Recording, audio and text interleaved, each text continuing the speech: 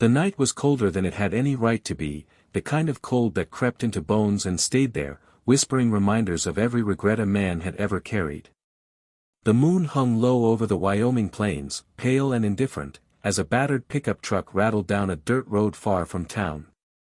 Inside, a woman sat rigid, her hands clenched in her lap, eyes hollow, breathing shallow.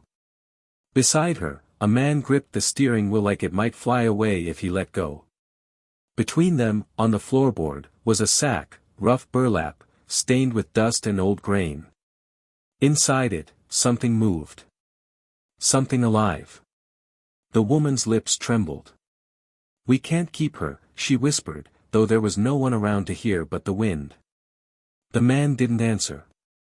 He only stopped the truck near a dry creek bed, headlights slicing across frozen weeds and broken stones.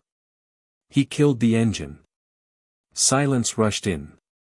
Then, from inside the sack, a sound rose, soft, fragile, almost swallowed by the cold. A baby's breath. The woman flinched as if struck. "Don't," she said, tears finally spilling. "If we hear her, we won't do it." But it was already too late. The man grabbed the sack, his jaw tight, his eyes fixed on the ground as if heaven itself had turned away. He placed it gently near the rocks, like a farmer laying down unwanted seed, then turned back without looking. The baby cried once, weak, confused, then went quiet. The truck roared away, leaving behind nothing but tire tracks and the sack, abandoned to the night. Miles away, beneath the same cold moon, a cowboy named Eli Mercer rode slowly along the fence line of his ranch. Eli was a man shaped by solitude. His beard was threaded with gray despite his 40-odd years, his shoulders bent slightly forward as if carrying invisible weight. He had learned long ago that loving too much only meant losing more. His wife had died giving birth to a son who never took a breath, and since then, the ranch had been his only companion. Cattle didn't ask questions. Horses didn't judge. The world made sense when it stayed quiet. Eli was on his way back to the barn when his horse, Dusty, stopped dead. Not spooked, just still. Ears forward. Breathing slow. "What is it, boy?" Eli muttered, patting Dusty's neck. The wind answered with a hollow whistle through the creek bed. Eli almost nudged the horse forward, almost. Then he heard it. A sound so faint he thought it was his mind playing tricks on him. A tiny, broken whisper, carried on the wind. "Ma, Ma," Eli froze. His heart slammed against his ribs. He hadn't heard that word spoken in years, not since the hospital room, not since the doctor had shaken his head. "No," Eli whispered, more prayer than word. But it came again. Softer this time. Desperate. Eli swung down from the saddle, boots crunching on frost-hard ground. He followed the sound, every step pulling him closer to something he had buried deep inside himself. Then he saw it. The sack lay near the creek, barely moving. Eli dropped to his knees, hands shaking as he untied the rough knot. Inside was a baby girl, her skin pale, lips blue, eyes half open and unfocused. She looked impossibly small against the vast, uncaring land. Her cry was barely a breath. "Hey, hey, little one," Eli said, his voice breaking. He pulled off his coat and wrapped her up, pressing her against his chest. Her tiny fingers curled weakly into his shirt. And then, clear as day, she whispered it again. "Mama." Eli closed his eyes. The word shattered him. He held her tighter, warmth pouring from him into her fragile body. "I got you," he said fiercely, tears freezing on his lashes. "You ain't alone anymore." The ride back to the ranch felt endless. Eli cradled the baby with one arm while guiding Dusty with the other, whispering to her the whole way like she could understand. He talked about the stars, about the barn cats, about the sunrise that would come if she just held on. By the time he reached the house, her breathing was steadier, her small body no longer trembling. Inside, the ranch house was dark and silent, just as it always was. Eli lit the stove, warmed water, wrapped her in old flannel. He fed her with milk meant for calves, praying it wouldn't hurt her. She drank weakly at first, then greedily, as if deciding to live. When she finally slept, curled against his chest, Eli sat there for hours, afraid to move, afraid that if he blinked she might disappear like everything else he had ever loved. Morning came slow and pale. Sunlight crept across the floorboards. Eli looked down at the baby, her face relaxed, mouth slightly open. "What am I gonna do with you?" he whispered. He laughed softly through tears. "Guess you already decided that, didn't you?" By noon, word had reached the town clinic. The nurse took one look at the baby and shook her head in disbelief. "Another hour out there and she wouldn't have made it," she said quietly. "She's strong, though." She smiled at Eli. "You saved her." Eli shifted uncomfortably. "Wasn't planning on it," he muttered. But the nurse met his eyes. "Sometimes life don't care about plans." Child services were notified. Papers were mentioned. Questions were asked. Eli answered them all, his heart pounding harder with every word. When they asked what name the baby had, he froze. He hadn't thought that far. He looked down at her tiny face, at the way she seemed to relax when she heard his voice. "Hope," he said finally. "Her name's Hope." The nurse nodded. "Seems fitting." That night, Eli lay awake listening to Hope breathe in the room beside his. Fear gnawed at him. They could take her away. They probably would. He told himself it was for the best. He wasn't meant to be a father. He was a broken man on a lonely ranch. But when Hope cried in the night, calling out with that fragile, broken sound, Eli was on his feet before his mind could argue. He held her, rocking slowly. "Mama," she whispered again in her sleep. Eli's chest ached. "I ain't your mama," he said softly. Then he paused. His voice dropped to a vow. "But I ain't letting you die alone either." As dawn broke again over the plains, Eli stood on his porch with Hope in his arms, watching the sun climb. Somewhere out there were people who had left her to freeze. Somewhere ahead were people who might take her from him. But for now, just for this moment, she was alive. She was warm. And she was safe. Eli kissed her forehead gently. The knock on Eli Mercer's door came just after sunrise, sharp and official, cutting through the quiet like a blade. Eli knew before he opened it what it meant. No one came to a ranch this early unless they were bringing trouble or taking something away.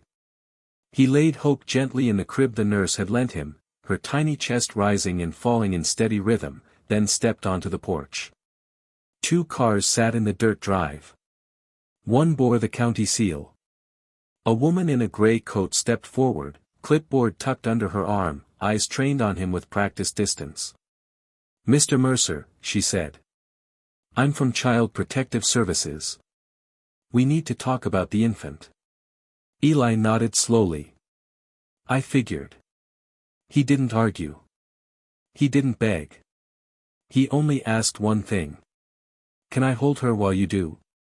The woman hesitated, then nodded. Inside, Hope stirred as Eli picked her up. She opened her eyes, unfocused but calm, and when she felt his arms, she relaxed completely. The CPS worker watched that closely, something flickering behind her professional mask. Questions came, about his past, his finances, his home, his wife. Eli answered every one honestly, even the painful ones. When they asked if he understood the baby would likely be placed in temporary foster care, Eli's jaw tightened.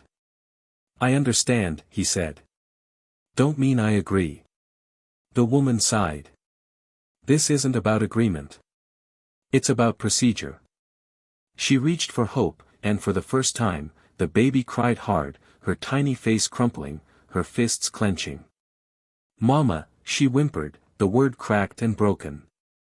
The room went silent. Eli felt something inside him snap. He stepped back instinctively, turning his body away. She don't cry like that with me, he said quietly. The CPS worker froze. Another woman, older, standing near the door, spoke up softly. Maybe, we can allow him to act as temporary guardian while we investigate. The younger woman looked shocked. That's highly unusual. So is leaving a baby in a sack to die, the older woman replied. Sometimes the rules need room to breathe. Days turned into weeks. News traveled fast in small towns. Some folks called Eli a hero. Others whispered that a man alone had no business raising a child. Eli didn't care. His world had narrowed to feedings, midnight cries, and the way Hope's eyes followed him wherever he went. He learned how to warm bottles, how to rock just right, how to sing off-key songs that somehow soothed her. The ranch felt different now, alive. Even Dusty lingered near the house, as if standing guard. Then one afternoon, a different car came down the drive. Old. Dust-covered. A woman stepped out slowly, her face pale, eyes ringed with exhaustion and regret so deep it seemed carved into her bones. Eli knew who she was before she spoke. I'm her mother, she said, her voice shaking. Eli's heart thundered. Rage flared hot and fast. He wanted to scream, to demand how she could leave her child to die. But then he saw her hands, raw, trembling, and something in her eyes that stopped him. Why? He asked, the word heavy. The woman sank to her knees right there in the dirt. Because I was scared, she sobbed. Because I was alone. Because the man who promised to stay left before she was born. I thought she'd be better off without me. Eli said nothing. Hope stirred inside the house, crying softly. The sound broke the woman completely. I heard she lived, she whispered. I came to see her. I don't deserve forgiveness. I just needed to know. Eli turned and went inside. He brought Hope out, holding her close. The woman reached out, then stopped herself, afraid to touch. Hope's eyes met hers. The baby studied her face, then turned away, burying her face in Eli's chest.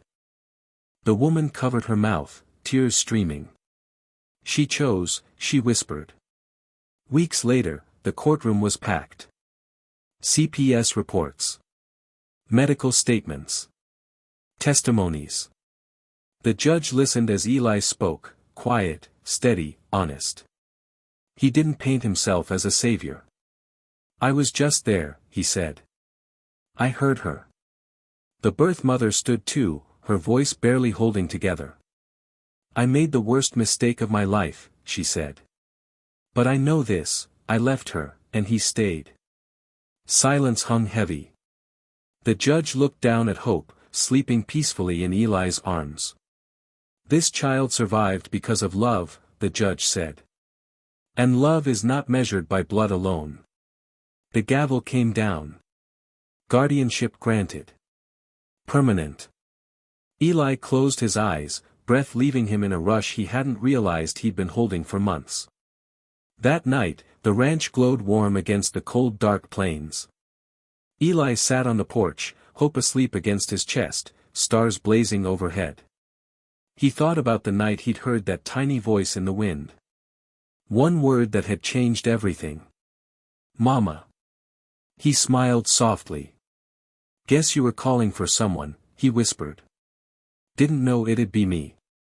Hope sighed in her sleep, fingers curling around his thumb. Eli looked out across the land, no longer empty, no longer silent. If you're hearing this story, he said quietly, his voice steady with meaning, don't look away from the broken things in this world. Sometimes all it takes is one person who stays. He kissed Hope's forehead gently. And if you believe stories like this still matter, if you believe love can still change fate, then stay with us. Subscribe. Because the next life that needs saving, might be waiting for you to listen.